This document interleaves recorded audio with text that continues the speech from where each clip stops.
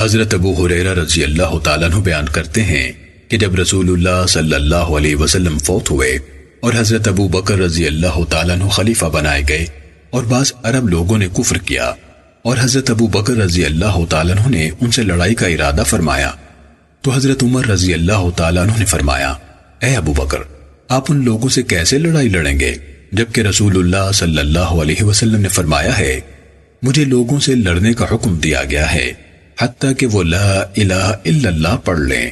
جو شخص لا الہ الا اللہ پڑھ لے اس نے مجھ سے اپنی جان و مال کو بچا لیا، الا یہ کہ اس پر کسی کا حق بنتا ہو اور اس کا حساب اللہ تعالیٰ کے ذمہ ہے۔ حضرت ابو بکر رضی اللہ تعالیٰ عنہ نے فرمایا، اللہ کی قسم میں ان لوگوں سے ضرور لڑوں گا جو نماز اور زکوٰۃ میں فرق کرتے ہیں، کیونکہ زکوٰۃ مال کا حق ہے۔ اللہ کی قسم اگر وہ مجھے بکری کا بچہ دینے سے انکار کریں جو وہ رسول اللہ صلی اللہ علیہ وسلم کو دیا کرتے تھے تو میں اس بات پر بھی ان سے لڑوں گا۔ حضرت عمر رضی اللہ تعالیٰ عنہ نے فرمایا، اللہ کی قسم مجھے صاف سمجھ میں آ گیا کہ اللہ تعالیٰ نے حضرت ابو بکر رضی اللہ تعالیٰ عنہ کا سینہ لڑائی کے لیے کھول دیا ہے اور مجھے یقین ہو گیا ہے کہ یہی بات برحق ہے۔ سنن نسائی حدیث نمبر 3093۔ ابو ہریرہ رضی اللہ تعالیٰ عنہ نے بتلایا کہ رسول اللہ صلی اللہ علیہ وسلم نے فرمایا مجھے لوگوں سے لڑنے کو کہا گیا ہے یہاں تک کہ وہ لا الہ الا اللہ پڑھ لیں۔ جس شخص نے یہ پڑھ لیا اس نے مجھ سے اپنا جان و مال بچا لیا، البتہ اسے حقوق دینے پڑیں گے، ہاں اس کا حقیقی حساب اللہ تعالیٰ کے ذمہ ہے۔ سنن نسائی حدیث نمبر 3097۔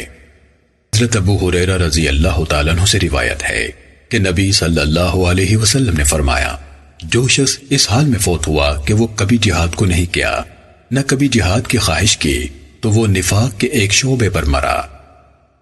سنن نسائی حدیث نمبر 3099۔ حضرت ابو ہریرہ رضی اللہ تعالیٰ عنہ بیان کرتے ہیں کہ میں نے رسول اللہ صلی اللہ علیہ وسلم کو فرماتے سنا، قسم اس ذات کی جس کے ہاتھ میں میری جان ہے، اگر یہ بات نہ ہوتی کہ بہت سے مومن مجھ سے پیچھے رہنا گوارا نہیں کریں گے اور مجھ میں اتنی طاقت نہیں کہ میں ان سب کو سواریاں اور سامان جنگ مہیا کر سکوں تو میں کسی لشکر سے پیچھے نہ رہتا جو اللہ کے راستے میں جہاد کرنے جاتا۔ قسم اس ذات کی جس کے ہاتھ میں میری جان ہے، میری خواہش ہے کہ میں اللہ کے راستے میں شہید کیا جاؤں، پھر زندہ کیا جاؤں، پھر شہید کیا جاؤں، پھر زندہ کیا جاؤں، پھر شہید کیا جاؤں، پھر زندہ کیا جاؤں، پھر شہید کیا جاؤں۔ سنن نسائی حدیث نمبر 3100۔ حضرت سہیل بن سعد رضی اللہ تعالیٰ عنہ بیان کرتے ہیں کہ میں نے مروان کو مسجد میں بیٹھے دیکھا، میں آیا اور ان کے پاس بیٹھ گیا تو انہوں نے ہمیں حضرت زید بن ثابت رضی اللہ تعالیٰ عنہ کے واسطے سے بیان کیا کہ رسول اللہ صلی اللہ علیہ وسلم نے مجھے یہ آیت لکھوائی، لا يستوی القاعدون من المؤمنین والمجاہدون فی سبیل اللہ، یعنی جہاد کو نہ جانے والے مومن اور جہاد کرنے والے مومن برابر نہیں ہو سکتے۔ آپ مجھے یہ آیت لکھوا رہے تھے کہ اس دوران ابن ام مکتوم رضی اللہ تعالیٰ عنہ آ گئے، وہ کہنے لگے، اے اللہ کے رسول، اگر مجھ میں جہاد کی طاقت ہوتی تو میں ضرور جہاد کرتا۔ وہ نابینا شخص تھے۔ پھر اللہ تعالیٰ نے اپنے رسول صلی اللہ علیہ وسلم پر وحی اتاری جبکہ آپ کی ران مبارک میری ران پر تھی، یعنی مجھ پر اس قدر بوجھ پڑا کہ قریب تھا کہ میری ران ٹوٹ جاتی۔ پھر آپ سے کیفیت وحی دور ہوئی تو اللہ تعالیٰ نے یہ الفاظ اتارے تھے، غیر اولی الضرر، یعنی کہ بشرطے کہ وہ جہاد سے پیچھے بیٹھ رہنے والے معذور نہ ہوں۔ سنن نسائی حدیث نمبر 3102۔ برا رضی اللہ تعالیٰ عنہ سے روایت ہے کہ نبی صلی اللہ علیہ وسلم نے فرمایا، میرے پاس کندھے کی ہڈی یا کوئی تختی لاؤ۔ پھر آپ نے لکھوایا، لا يستوی القاعدون من المؤمنین، یعنی جہاد سے پیچھے بیٹھ رہنے والے مومن اور جہاد کرنے والے برابر نہیں ہو سکتے۔ حضرت عمرو ابن مکتوم رضی اللہ تعالیٰ عنہ آپ کے پیچھے بیٹھے تھے، کہنے لگے، اے اللہ کے نبی، کیا مجھے رخصت ہے؟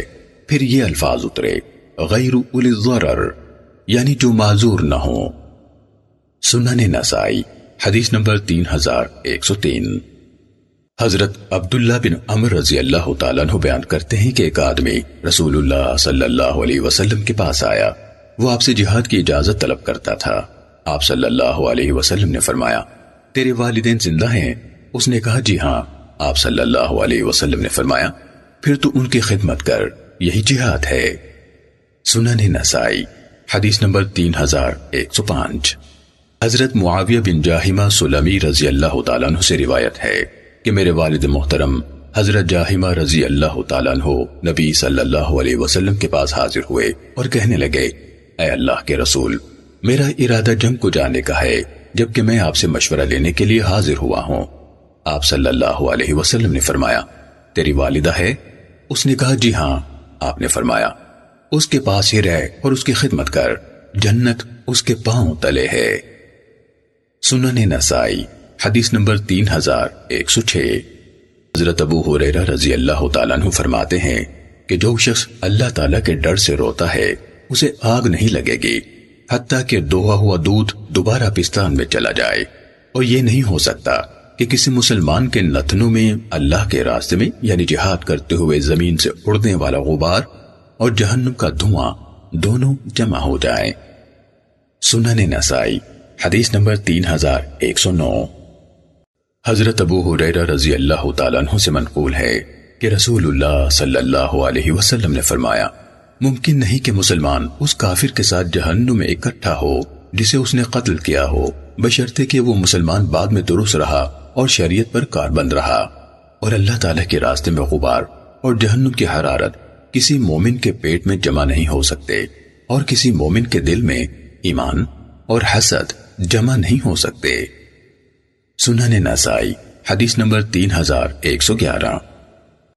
حضرت یزید بن ابی مریم بیان کرتے ہیں کہ میں جمعے کے لیے پیدل جا رہا تھا کہ مجھے حضرت عبایہ بن رافع ملے، کہنے لگے خوش ہو جاؤ کیونکہ تیرے یہ قدم اللہ کے راستے میں اٹھ رہے ہیں۔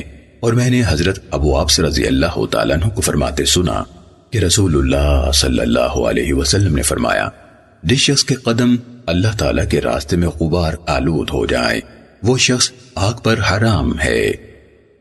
سنن نسائی حدیث نمبر 3118۔